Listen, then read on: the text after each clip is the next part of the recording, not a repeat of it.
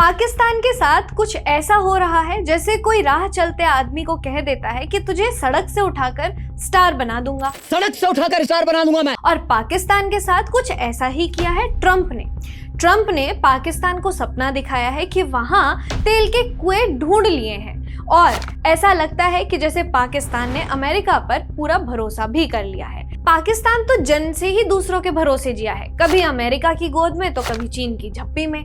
ना पाकिस्तान की अर्थव्यवस्था मजबूत है, ना कोई नीति और विजन, जीरो। और अब पाकिस्तान को नया सपना बेचा जा रहा है, वो है तेल की खदान का सपना। ये सुनते ही दो बातें दिमाग में आ जाती हैं। ट्रंप अभी भी अपनी पुरानी नौटंकी में व्यस्त है और पाकिस्तान को फिर से बेवकूफ बनाया जा रहा है, क्योंकि सच तो ये है कि पाकिस्तान के पास कोई तेल रिजर्व ही नहीं है। तो फिर ट्रंप पाकिस्तान को ये सपना दिखा क्यों रहा है? असल में डोनाल्ड ट्रंप के लिए ये साफ साफ बिजनेस है और पाकिस्तान से बढ़िया यूजफुल इडियट उससे और कोई नहीं मिल सकता है, क्योंकि उसे पता है कि पाकिस्तान इस समय बुरी हालत में है, महंगाई के लाले पड़े हुए हैं, IMF की बेड़ियों में जकड़ा गया है, सेना और सरकार में टकराव चलती रहती है और वहां की जनता आटे और चावल के रेट चेक ही करती रहती है और अपना दिन पूरा यही चेक करके काटती है। इसलिए ट्रंप ने पाकिस्तान की अब नस पकड़ ली है। आपको लग सकता है कि पाकिस्तान के पास तेल है भी कि नहीं, और अमेरिका जैसे मजबूत देश को आखिर ऐसे भिखमंगे देश की जरूरत पड़ी ही क्यों है? तो सबसे पहले हम ये जान लेते हैं कि क्या पाकिस्तान के पास तेल है।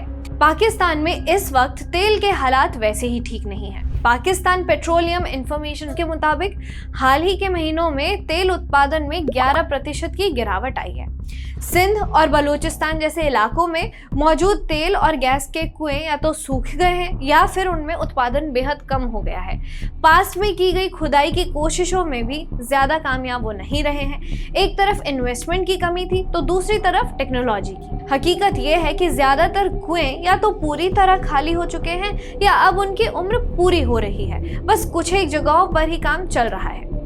ऐसे में अब जब अमेरिकी राष्ट्रपति की ओर से ये इशारा आया है कि कोई अमेरिकी तेल कंपनी पाकिस्तान में काम शुरू कर सकती है, उसके बाद से ही पाकिस्तान में शेख बनने के सपने शुरू हो गए हैं। तेल के सपने और पाकिस्तान का संबंध तो वैसे ही पुराना है। जब तेल के सपने नहीं थे तब ये ऐसे सपने देख रहे थे कि बिना तेल के यानी कि पानी भी इस्तेमाल करके ये कार चला लेंगे।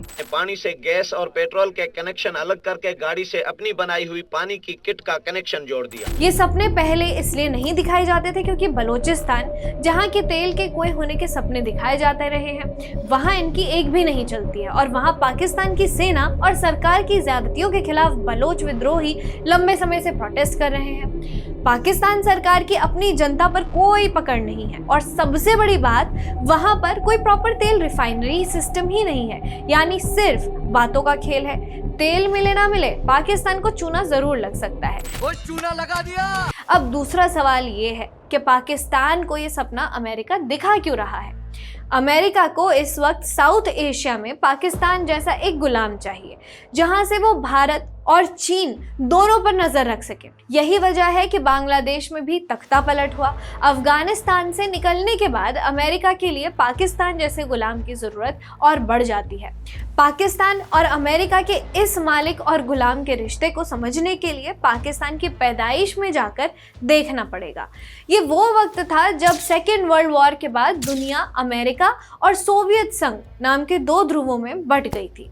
1947 के बाद एक तरफ भारत जहां गुट निरपेक्षता की नीति पर चल रहा था, वहीं पाकिस्तान खुल करके अमेरिका की गोद में बैठ गया था।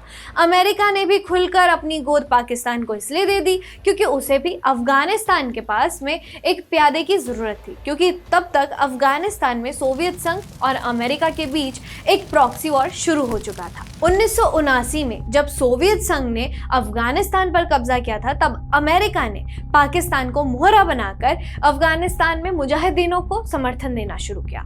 पाकिस्तानी खुफिया एजेंसी ISI और अमेरिका की CIA ने मिलकर ऑपरेशन साइक्लोन चलाया, जिसमें अमेरिका पैसा और हथियार देता था और पाकिस्तान उन जिहादियों को ट्रेन करता था।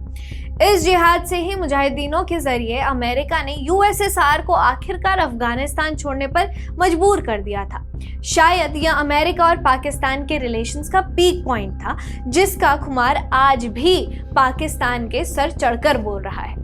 लेकिन पोएटिक जस्टिस कुछ ऐसा हुआ कि इसी जिहाद से तालिबान और इस्लामी कट्टरपंथ को ग्लोबल हवा मिली और अमेरिका पर 9/11 का हमला हुआ था।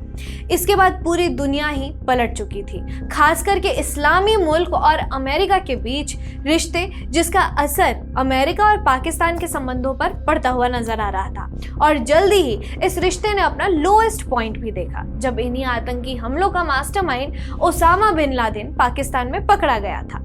अमेरिका ने घर में घुस करके ओसामा को मारा था। उसके बाद से पाकिस्तान की आम जनता में अमेरिका के खिलाफ नफरत और गुस्सा बढ़ता चला गया, क्योंकि सच यही है कि पाकिस्तान की आम जनता की नजरों में ओसामा बिन लादेन एक इस्लामी हीरो ही था। भले ही दुनिया और पाकिस्तान का मालिक अमेरिका उसे टेररिस्ट बोलता रहे। यहीं से वो दौर शुरू होता है जब पाकिस्तान के आला कमान को तो तब भी अमेरिका के तलवे चाटने की जरूरत महसूस होती थी, लेकिन पाकिस्तान के लोग अमेरिका को लात मारना चाहते थे। इसके बाद से कई बार ऐसे मौके आए जब अमेरिका और पश्चिमी देशों के खिलाफ पाकिस्तान की जनता में गुस्सा देखने को मिला। वो सड़क पर उतरे, हिंसा हुई, और ऐसी ही एक हिंसा 2007 में इस्लामाबाद की लाल मस्जिद इलाके में देखने को मिली। ये पहली बार था जब पाकिस्तान में इस्लामी कट्टरपंथ और पाकिस्तान की सेना आमने सामने आ गई थी। जनता ने कुछ पल के लिए समझा कि पाकिस्तान की फौज और वहां की सरकार सिर्फ अमेरिका की कठपुतली है। जिस जिहाद और मदरसों का इस्तेमाल पाकिस्तान ने अफगानिस्तान और कश्मीर के लिए किया था, वही कट्टरपंथ अब अपने घर पर बम बनकर फट रहा था। अब ये साफ था कि पाकिस्तान की आम जनता और वहाँ के मौलवी अमेरिका से पूरी नफरत करने के लिए लगे हुए थे, और इस सेंटिमेंट का फायदा इमरान खान ने भी उठाया। और इसी एंटी अमेरिका सेंटिमेंट ने इमरान खान को पाकिस्तान के प्रधानमंत्री की कुर्सी तक भी पहुंचाया था। इमरान खान जब सत्ता में आए तो उन्होंने अमेरिका की आलोचना शुरू की थी। इमरान खान ने कहा था कि हम गुलाम नहीं हैं, हमें आज़ादी चाहिए। अमेरिका के खिलाफ ऐसे खुलकर बोलने का नतीजा वो आज भी भुगत रहे हैं, और पाकिस्तान की सत्ता वापस ऐसे लोगों के पास चली गई है जो अमेरिका के पैरों में पड़े रहना चाहते हैं। लेकिन उन्हें भी पता है कि पाकिस्तान की आम जनता में अभी भी अमेरिका के खिलाफ गुस्सा और नफरत है, और पिछले कई महीनों में वहाँ के हुक्मरान ये कोशिश कर रहे हैं कि ये गुस्सा कम होता जाए। और इसी गुस्से को कम करने के लिए ये नया सपना दिखाया जा रहा है कि अमेरिका पाकिस्तान को तेल के कुएं खोज कर देगा। पाकिस्तान की जनता को सपने दिखाए जा रहे हैं कि पाकिस्तान अरब देशों जैसा बनने वाला है, हमारे पास भी तेल होंगे, हम भी अमीर होंगे, हम ही नए खलीफा हैं। मुनीर और ट्रंप को मालूम है कि पाकिस्तान शुरुआत से ही खुद को अरब जैसा दिखाना चाहता है। इस देश की शुरुआत ही 2 नेशन थ्योरी पर हुई है, जहां जिन्ना जैसे लोग खुद को हिंदू कम और अरबी ज्यादा मानते थे। तो फिर इस झूठे सपने से पाकिस्तान के नेताओं को क्या फायदा होगा? प्लान यही है कि अमेरिका के खिलाफ फिर से लाल मस्जिद जैसी भीड़ सड़कों पर ना आए, वो घर में बैठे शेख बनने का सपना देखें और हुक्मरान अमेरिका और यूरोप में आलीशान घर बनाएं। भारत तेजी से आगे बढ़ रहा है और अमेरिका नहीं चाहता कि भारत बड़ी अर्थव्यवस्था बनने के साथ साथ बहुत ताकतवर भी बने। इसी चिढ़ के कारण अमेरिका को सस्ता गुलाम चाहिए और पाकिस्तान वो गुलाम है। इसलिए अमेरिका पाकिस्तान को तेल के सपने बेच रहा है। लेकिन आखिर में जब पाकिस्तान की जनता जागेगी तो वो यही कहेगी कि ये बिक गई है गवर्नमेंट, ये तो सारे मिलके हमको पागल बना रहे हैं के बच्चे। देखते रहिए ऑप इंडिया।